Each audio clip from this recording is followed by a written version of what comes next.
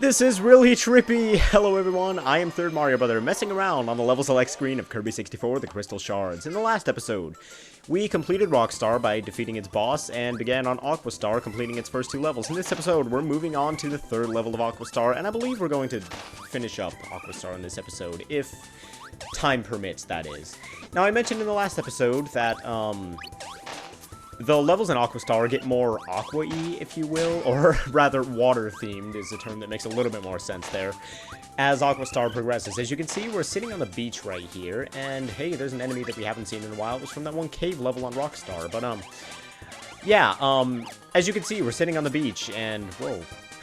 It's kind of an elephant slide constructed from sand in the background. I guess it's probably not a slide, because sliding down a bunch of sand wouldn't be too pleasant for your back, but, if I could finish my sentence, we're standing on the beach here. Now we're actually walking into shallower water, and if you're a fan of water levels, you're probably going to like this one because we begin to get more into the water in this level, and as time goes on, the water is going to get deeper. It's not just getting our feet wet, don't worry. Who goes to the beach just to get their feet wet? Well, lots of people, I presume, but I sure don't, and that really sucks that I'm getting hit so much, and I didn't start this level with full health because right prior to this, I tried to record this episode already, but the recording failed, and so I had to play through the entire game again, so my health was a little bit low to begin with. But, if you weren't aware already, we're going to be needing a specific power, actually two different specific powers to get the Crystal Shards in this level, and I needed that cutter back there, because I don't think there's another cutter available for a little while, so let's see if it respawned. If not, then I'm going to have to go off screen and get it again, but... And the moment of truth, yes, it did respawn, good. Okay, throw your little thing, because, whoa, almost killed me there, jeez. Alright, I guess it doesn't really matter too much if I lost that bomb there, because we could just take this guy and take him back over to that bomb fish. Yes, that green fish that I swallowed earlier gives you a bomb power-up. A little bit odd, isn't it? Well, no, if you actually let it execute its attack, I suppose, then it explodes when you get anywhere near it, which kind of sucks, but... Let's hope that doesn't hit that Magikarp there, because that would be absolutely useless, like Magikarp in general, but okay, now we have one of my favorite powers in this game, which I already showed off in the previous episode. But yeah, if you didn't know, it is the Shuriken power-up. So this is Ninja Kirby, or Kirby Gaiden, or something. I don't even know. I was going to make some sort of a reference there, but I honestly don't know anything about Ninja Gaiden, aside from the fact that it's apparently really difficult. But as you can see right there, that plank just got lifted up by that random geyser of water, and if you can see on the top of the screen, there were those three little starbit things. Both of these things serve as hints to the fact that we have to go down here, and this green and black rock can only be destroyed by, that's right, Kirby's Ninja Shuriken. So, let's go ahead and throw it at that, and collect our first Crystal Shard of the level.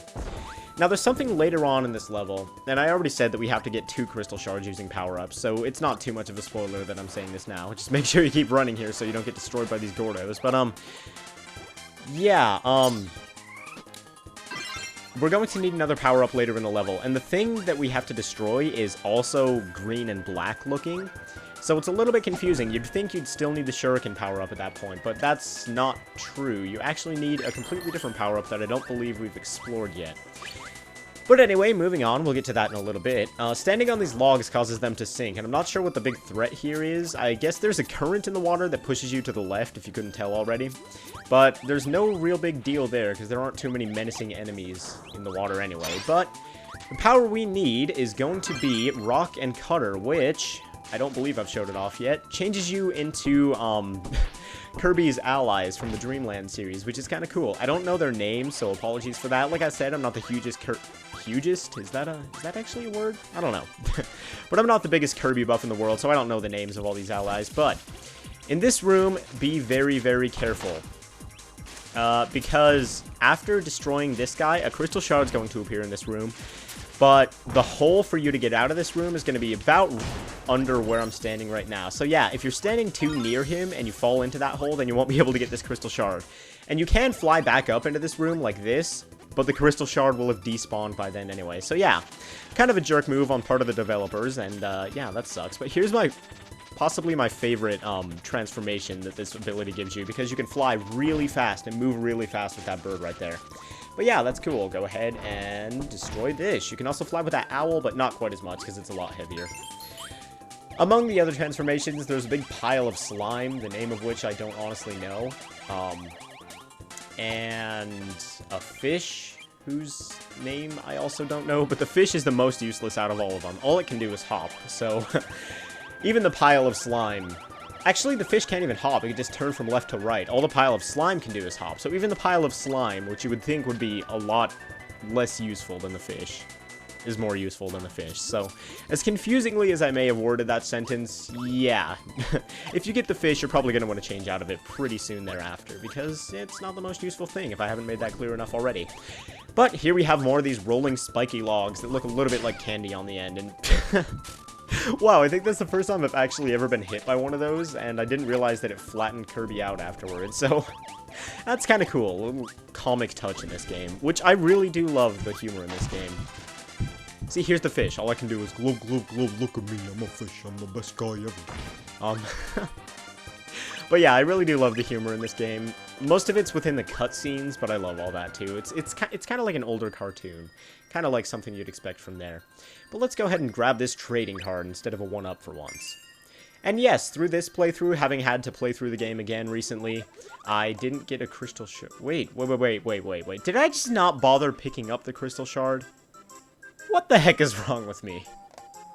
I don't know, man. I guess we're gonna have to go back after this episode and grab that one, because, I'm just so stupid, so apologies for that.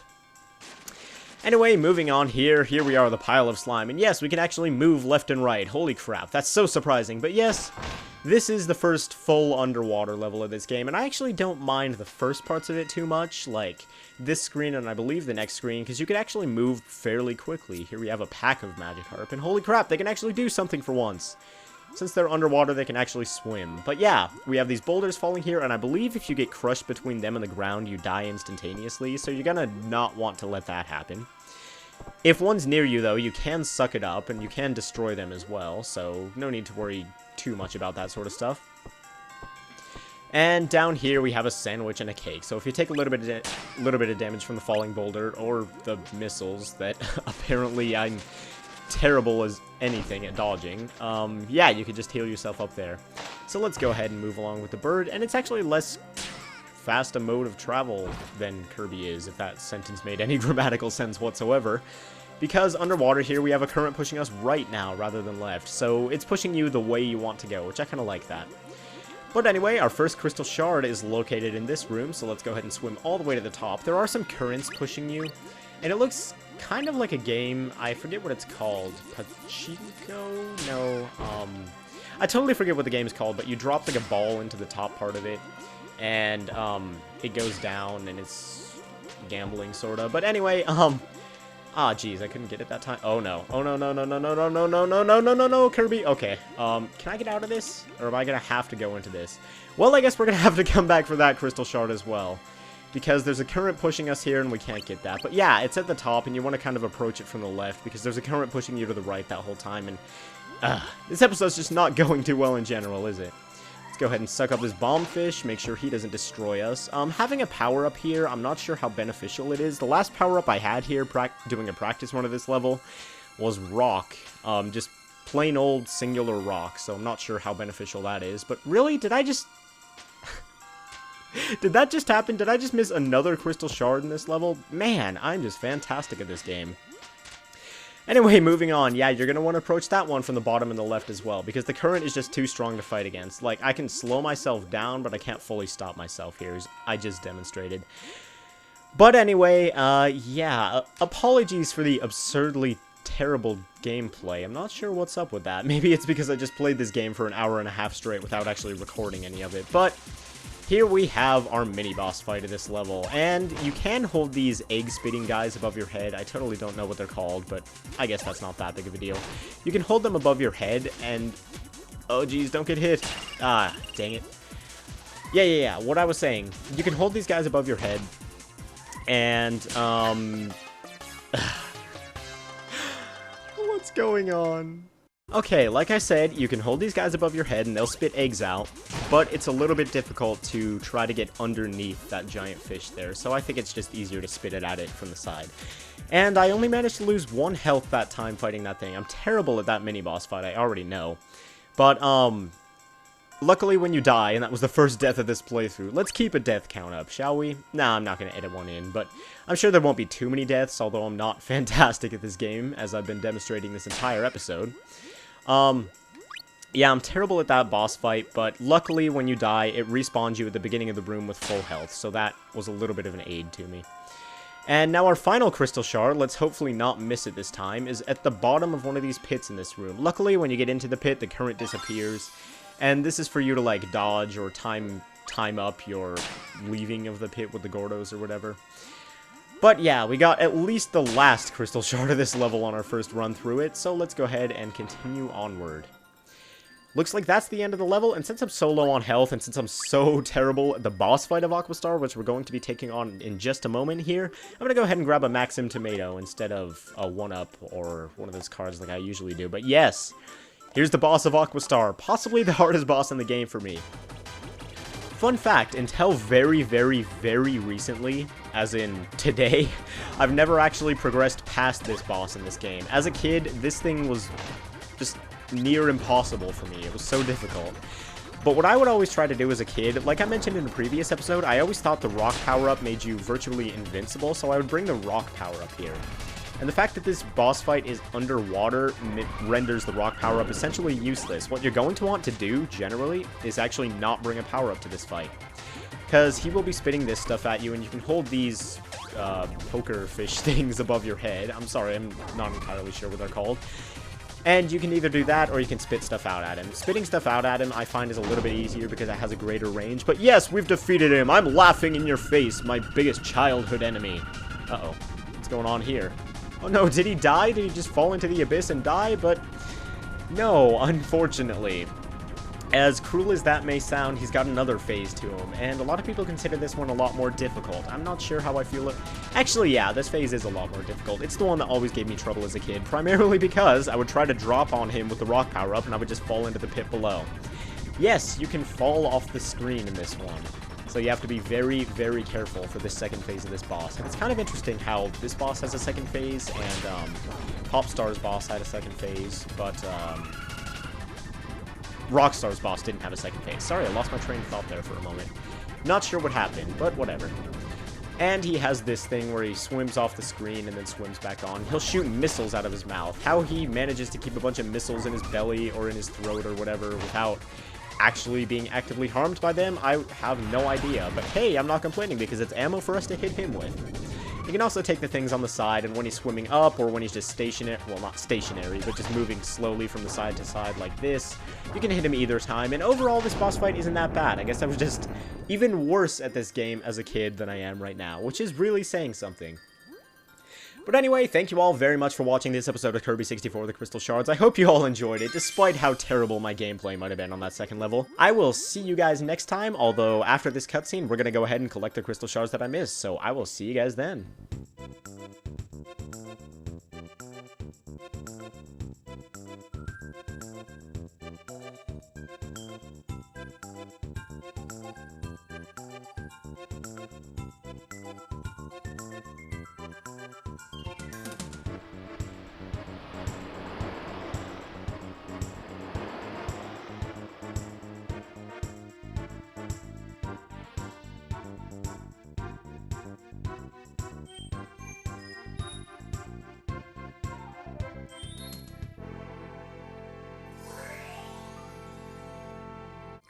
So as it turns out, I was on the perfectly right track towards getting this crystal shard. I guess I thought, since it was so high up and I'd already flown up there, that I might have just missed getting it, but no.